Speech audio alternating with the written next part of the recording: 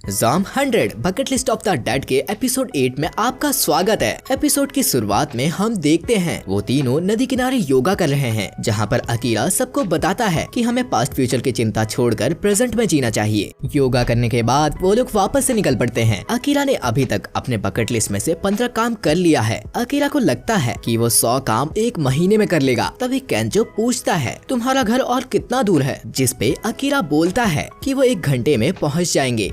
Shizuka को डर था कि रास्ते में वो और किसी नई मुसीबत में ना फंस जाए, जिस पर अकीरा और केंचो हंसने लगते हैं। तभी उन्हें गाड़ी रोकनी पड़ती है क्योंकि कई सारे ज़ॉम्बीज़ एक ट्रक पर हमला कर रहे थे, जिसका मतलब हो सकता है कि उस ट्रक में कोई है। जिसके बाद अकीरा शार्क सूट पहनकर बाहर आता है और सारे ज़ॉम्बीज़ को धमकाने लगता है। इतने में ही उस ट्रक से एक सैमुराई बाहर आता है और सारे ज़ॉम्बीज़ को अपनी तलवार से मारने लगता है, जिसे देखकर वो तीनों हैरान हो जाते हैं। तभी तीनों को पता चलता है कि उस आर्मर के अंदर एक लड़की है जो कि अपना नाम बेट्रिक्स बताती है, और ये लड़की फॉरेनर है जो कि जर्मनी से जापान आई है क्योंकि ये देश उसको बहुत पसंद है। यहाँ तक कि उसने इस देश के बारे में बहुत कुछ पढ़ा है, इसलिए उसके पास एक समुराई आर्मर है। ये समुराई आर्मर ज़ॉम्बीज़ से बचने के लिए काफी ज्यादा अच्छा है। फिर अकीरा देखता है कि उसके ट्रक में बहुत सारी मछलियाँ रखी हुई है। तभी बेट्रिक्स बताती है कि वो इन मछलियों की डिलीवरी करने जा रही थी। ट्रक पंचर होने की वजह से वो इन तीनों से हेल्प मांगती है कि उसे उस ट्रक को ताकासी में डिलीवरी करनी है। ताकासी ज्यादा दूर नहीं है, लेकिन वहाँ काफी ज्यादा खतरा है। तभी अकीरा बेट्रिक्स से पूछता है इसे पार्सल करना इतना जरूरी क्यों है, जिस पे वो बताती है कि वो बचपन से जापान के कल्चर और खाने पीने की चीजों को टीवी में देखती आ रही थी और उसने काम करके पैसे भी जमा किए। पर उसके जापान आते ही ज़ॉम्बी पैंडेमिक शुरू हो गया, लेकिन वो तब पर भी हार नहीं मानती और उसे सूसी शेफ के बारे में पता चला। शेफ ने उसे कहा है कि अगर वो मछली ला कर देगी तो उसे सूसी बनाकर जरूर खिलाएंगे। वो कहती है मुझे तो सिर्फ सूसी खाना है, जिसको सुनने के बाद केंचो और सुजुका हैरान हो जाते हैं। तभी अकीरा कहता है जापान के लिए इतना प्यार देखकर वो इम्प्रेस हुआ,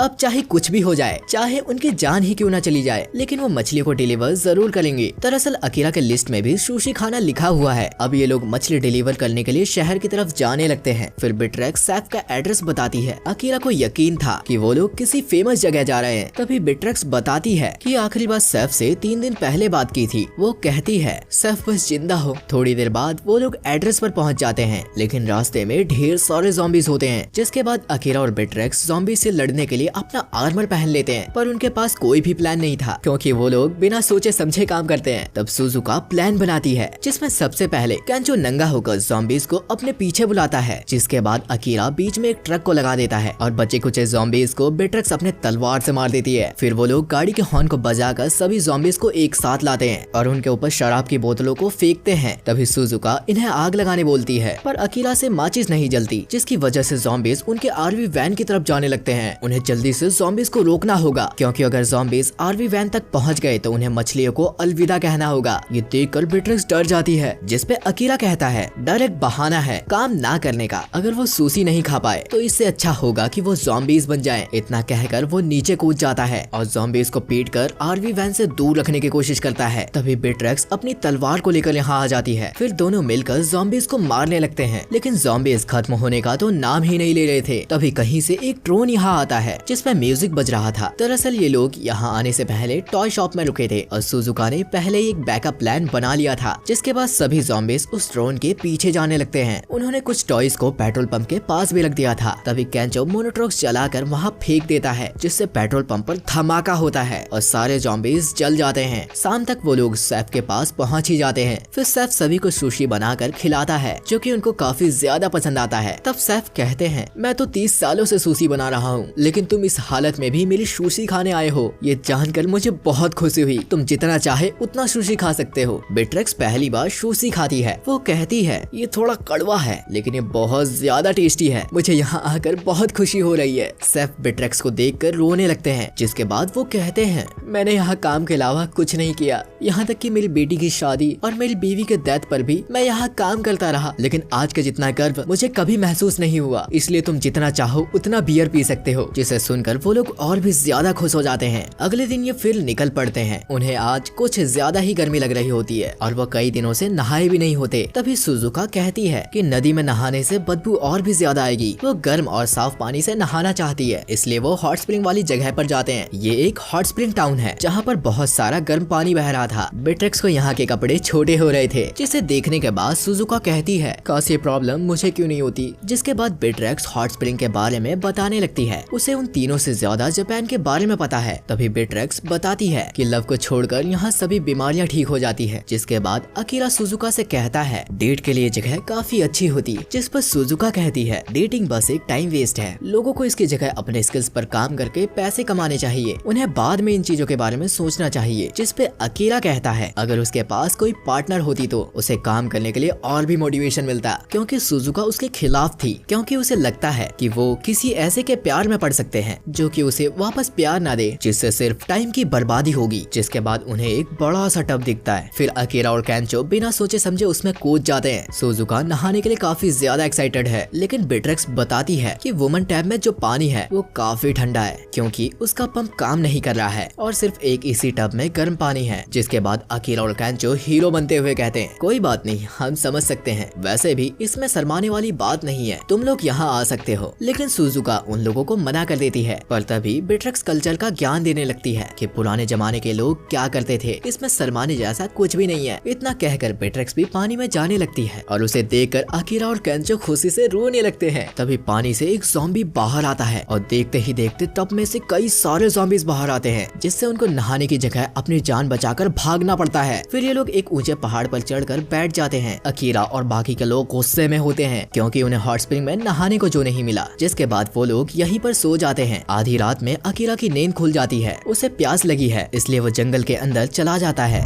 जहाँ पर वो देखता है कि जंगल के बीच एक नेचुरल हॉट स्प्रिंग है। फिर वो बिना टाइम वेस्ट किए उसमें नहाने लगता है। तभी वो तैरते समय किसी से टकराता है। ये कोई और नहीं सुजुका होती है, जो अकीरा को तुरंत बाहर जाने कहती है, लेकिन अकीरा नहीं जाता। वो कहता है इतनी मेहनत के बाद वो यहाँ से बाहर नहीं जाने वाला, बाहर जाने से अच्छा है कि मुझे ज़ॉम्बीज खा ले। अकीरा को सिर्फ नहाने से मतलब है, इसलिए सुजुका इस पर मान जाती है और वो कहती है तुम्हें पत्थर के वो साइड ही रहना होगा। जिसके बाद सुजुका उससे माफी मांगती है। प्यार के बारे में वो सब बोलने के लिए वो बताती है कि उसके फादर उसकी बात कभी नहीं सुनते थे, इसलिए उसे दूसरों की बात सुनना बिल्कुल भी पसंद नहीं। सुजुका को उससे जलन हो गई थी, क्योंकि उसके मन में जो आता है वो बोल देता है। वो बोलती है कि उसे रोमांस से डर लगता है, वो नहीं चाहती कि उसे कोई धोखा दे, इसलिए उसने अकीरा से उस समय कहा था कि काम ज्यादा इम्पोर्टेंट है। इस समय वो अकीरा से खुलकर बात कर रही है। वो बताती है कि वो ऐसे से प्यार करना चाहती है जिससे वो खुलकर बात कर सके। ये सब सुनकर अकीरा का दिल बहुत तेजी से धड़कने लगता है। तभी सुजुका उसे समझाने लगती है कि जैसा वो सोच रहा है वैसा कुछ भी नहीं है। और तभी कैंचो और बेट्रेक्स यहाँ आ जाते हैं, जिसपे कैंचो दोनों से पूछता है कि वो दोनों अकेले अकेले यहाँ क्या कर रहे हैं, और बेट्रेक्स भी उन दोनों को डांटने लगती है कि वो लोग बिना बताए यहाँ पर एंजॉय कर रहे हैं। तभी वो दोनों भी पानी में कूद जाते हैं और इसी के साथ अकीरा के लिस्ट में से एक और चीज कंप्लीट हो जाती है। और इसी सीन के साथ हमारा ये एपिसोड यहीं पर खत्म होता है।